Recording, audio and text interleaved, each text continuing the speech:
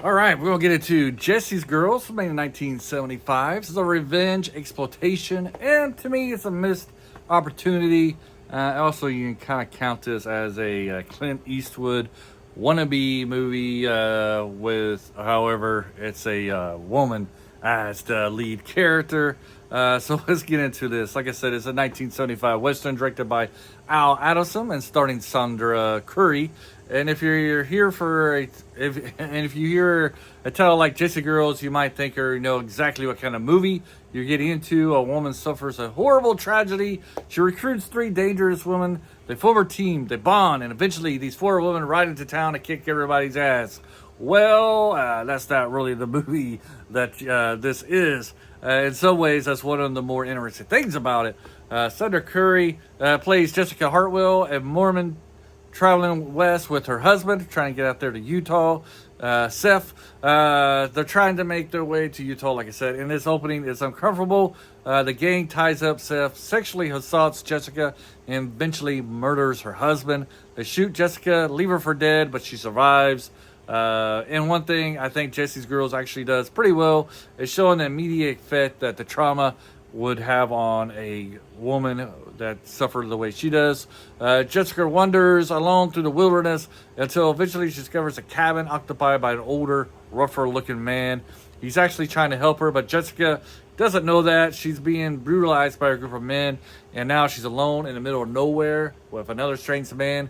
So she barely speaks to him. She keeps her distance. She even tries getting a hold of a gun a couple of times. He stops her, but eventually he earns enough of her trust that they develop something of a friendship, and then he teaches her how to shoot. Slowly, Jessica begins regaining some of her confidence that was taken away from her, but she's not interested in starting over. She's interested in revenge. She wants the men who destroyed her life, and she's going to kill them all. Eventually, Jessica discovers three women being, held in jail. Actually, they're being transported. We got Claire, a prostitute who gets herself arrested after trying to shoot one of her customers. We have Rachel, another wanted woman. And then we have Kana, a Native American who we've eventually discovered has a personal connection to the gang leader that Jessica is hunting. Jessica breaks all three of them free, and this is where Jesse's Girls seems ready to become the movie that the title promises. And here they are, Jesse's Girls. They would be where this should be where, we get a montage of them riding together, practice the shooting, tell the stories around the campfire. Maybe they start out disliking each other, but gradually develop a friendship. Except this doesn't happen. These women never really become friends, and I'm not entirely sure whether that's a weakness of the writing or one of its strengths or more interesting ideas. Because Jessica isn't necessarily looking for friends; she's using these women. Jessica wants revenge. She needs bodies. She needs people to help her kill these guys. And the other women, they want money. They have a common enemy. For a while, that's enough to keep them together, but there's no great sisterhood underneath it. And as soon as their individual motivations stop lining up, the group starts falling apart. We see that fairly early when they encounter some members of the gang, and one of Jessica's new partners is killed. Then there's a strange sequence involving an Apache man they rescue. One of the women become intimate with him, but afterward, Kana goes behind her back and kills him just because he's an Apache and she's a different... I don't really know if they say what tribe she's from, but she's from a different tribe, so it has to be like a rival tribe of Apaches, right? Anyways, she stabs the guy, and this causes conflict between the two girls. These aren't four heroic women who have suddenly become best friends. They brought their own hatred, prejudices, and motivations with them, and eventually Jessica's obsessions with revenge becomes too much for her companions. Claire finally confronts Jessica and essentially tells her that she's becoming nothing but hatred, and she's done. She just leaves her to be. I kept on expecting that character to come back and rescue the day. She never does come back. And then Kana abandons Jessica as well, but Kana does something far worse. She returns to Frank Brock, the leader of the gang, the man she's involved with, and warns him that Jessica is coming. So by the time Jessica is ready for the confrontation she spent the entire movie preparing for, all the girls are gone. She's going in there all by herself. One is dead, one abandoned her, and one has betrayed her. Jessica is basically alone. I actually like the idea. The problem is that I'm not convinced the movie develops the relationships enough to their collapse to have the emotional impact that maybe the director was going for. We don't really get to know these women particularly well. No backgrounds, no personalities really. Maybe that's intentional. Maybe Jessica never bothered getting to know them because she only viewed them as tools she could use to get revenge. And then there's using Jessica as well. So they're using her as well. And that's because they believe the money's waiting for them at the end of the rainbow. But Jesse's Girls never develops into, and that's where the movie's going. But there's no really interesting story buried here. But Jesse's Girls never develops it quite enough. And that's unfortunately a problem throughout the movie. There are several generally interesting ideas. Jessica being religious.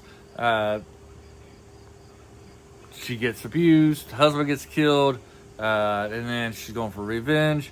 But everything's pretty shallow on the surface. Could have been done a little bit deeper. One problem with that, maybe because all the intimate, physical bedroom scenes are in here. Like every 15 minutes, we have some under the sheet action going on. Maybe cut 10 minutes of that out. We could probably get something deeper of the story. The final confrontation between her and the gang leader there was a good idea. Poorly executed, in my opinion. One thing I did enjoy about this film, that if it was made in 2025, she and the gang leader would eventually get into fisticuffs where she was holding her own. Never got that because, guns really is the great equalizer, and good old Jessica, she knows that for sure. She even brings some dynamite with her to boot, and the dynamite also causes another sort of problem. Maybe it's a budget problem, or maybe it's just maybe it's just I don't know. But I can't say the word I want to say. Speech problems. Anyways, when she throws this dynamite into buildings, there is a pretty good explosion.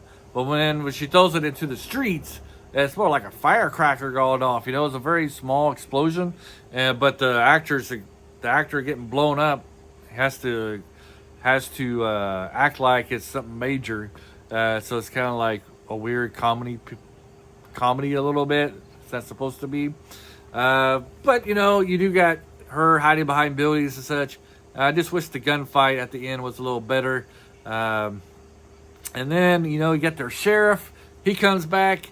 You think he's there to rescue the day, but, it is her.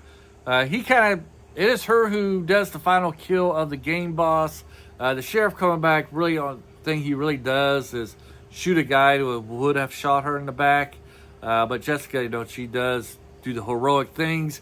And then the sheriff, the dirtbag in the end, kind of betrays her himself because he wants all the glory and he doesn't want anybody contradicting the story that he's about to tell the world about how he was single-handedly defeated this gang.